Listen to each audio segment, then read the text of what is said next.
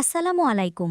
এখন শুনবেন সংবাদ শিরোনাম। রাজধানীর উত্তরায় আবাসিক ভবনে অগ্নিকাণ্ডে ৬ জনের প্রাণহানি, নিহতের মধ্যে ২ শিশু ও ১ নারী। পরিবারের কাছে মরদেহ হস্তান্তর। বেগম খালেদা জিয়ার স্মরণে কিছুক্ষণ পর সংসদের দক্ষিণ প্লাজায় নাগরিক শোকসভা, যোগ দেবেন তারেক রহমান।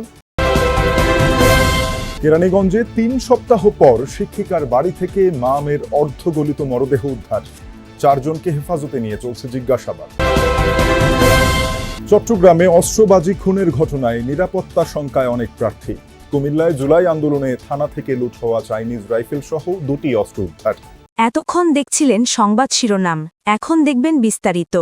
রাজধানীর উত্তরায় ভয়াবহ অগ্নিকাণ্ডে প্রাণহানি বেড়ে দাঁড়ালো 6 জনে। 11 নম্বর সেক্টরের 18 নম্বর রোডের 7তলা একটি ভবনের 2য় তলায় আগুন লাগলে ধোঁয়া ও আগুনের আটকা পড়েন বাসিন্দারা। ফায়ার সার্ভিস জানায় শুক্রবার সকাল 7:55 তারা আগুনের খবর পান। 2টি ইউনিটের চেষ্টায় 8:25 দিকে আগুন নিয়ন্ত্রণে আসে। ঘটনাস্থল থেকে 13 জনকে উদ্ধার করে ফায়ার সার্ভিস। তাদের কাছাকাছি বেশ কিছু হাসপাতালে নিয়ে যান পরিবারের সদস্যরা। কুয়েত মৈত্রী হাসপাতালে 3 জনকে মৃত ঘোষণা করেন দায়িত্বরত চিকিৎসক। তারা হলেন একই পরিবারের কাজী ফজলে রাব্বি, তার স্ত্রী সুবর্ণা এবং তাদের 2 বছরের সন্তান ফাইয়াজ। এর মধ্যে পরিবারের কাছে মরদেহ হস্তান্তর করা হয়েছে। এদিকে উত্তরার লুবানা হসপিটাল, ঢাকা মেডিকেলের বার্ন এবং স্পেশালাইজড হাসপাতালে মারা গেছেন আরও 3 জন পুরুষ, যাদের মধ্যে একজনের বয়স 17 বছর। তারাও সবাই একই পরিবারের সদস্য।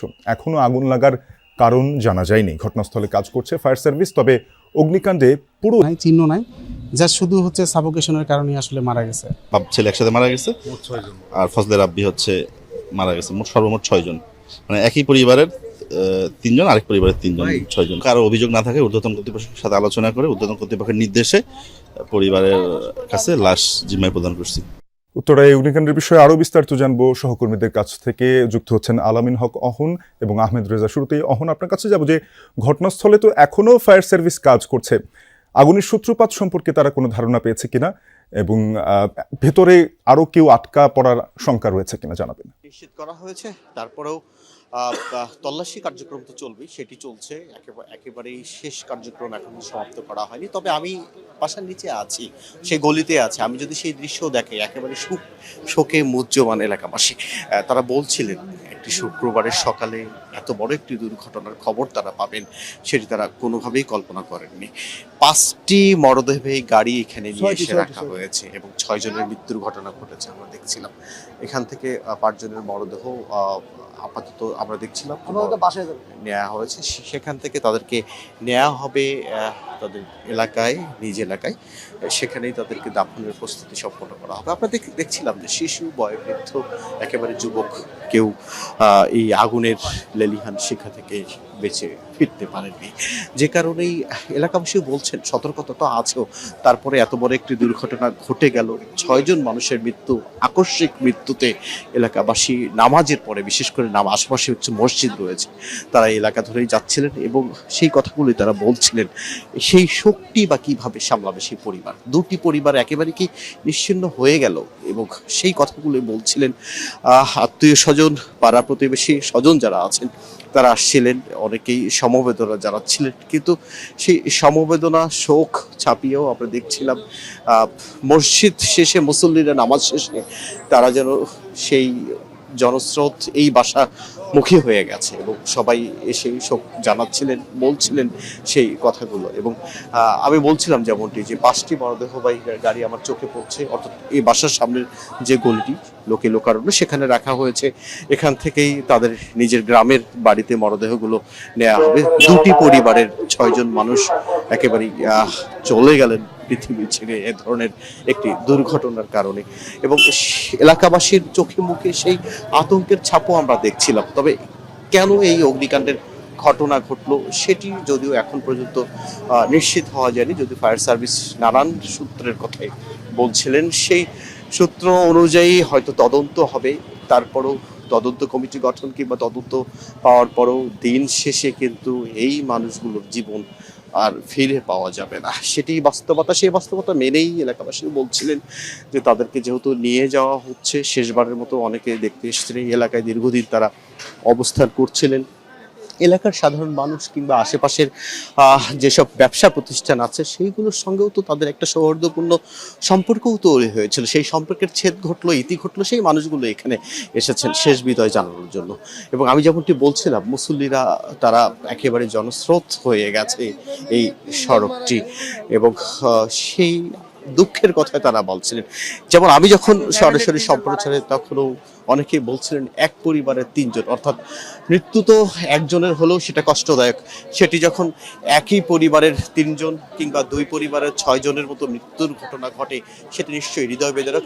এমন ঘটনা আর না ঘটুক, সেটি চান সবাই। শাফি, এই অগ্নিকাণ্ডের পরপরই যারা দগ্ধ হয়েছিলেন তাদেরকে কয়েকজনকে নেওয়া হয়েছিল কুয়েত মৈত্রী হাসপাতালে, সেখানে ছিলেন আপনি। জানাবেন যে যারা আহত রয়েছেন এখনো, তাদের শারীরিক অবস্থা কেমন?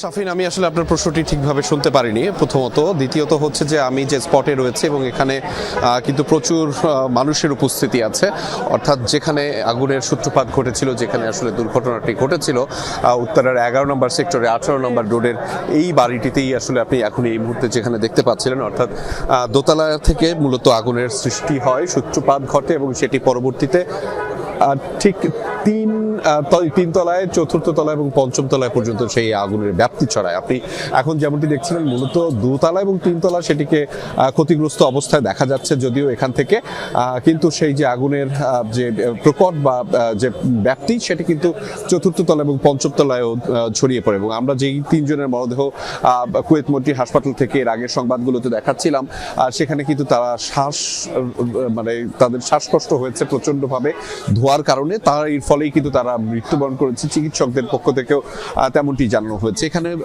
একটু আগেই জুমার নামাজ শেষ হয়েছে এবং তারপর পরই প্রচুর মানুষ এখানে ভিড় করছে। এবং এই বাসাটির ঠিক পাশেই কিন্তু উত্তরা পশ্চিম থানা একদিকে এবং তার পাশে একটি মসজিদ আছে।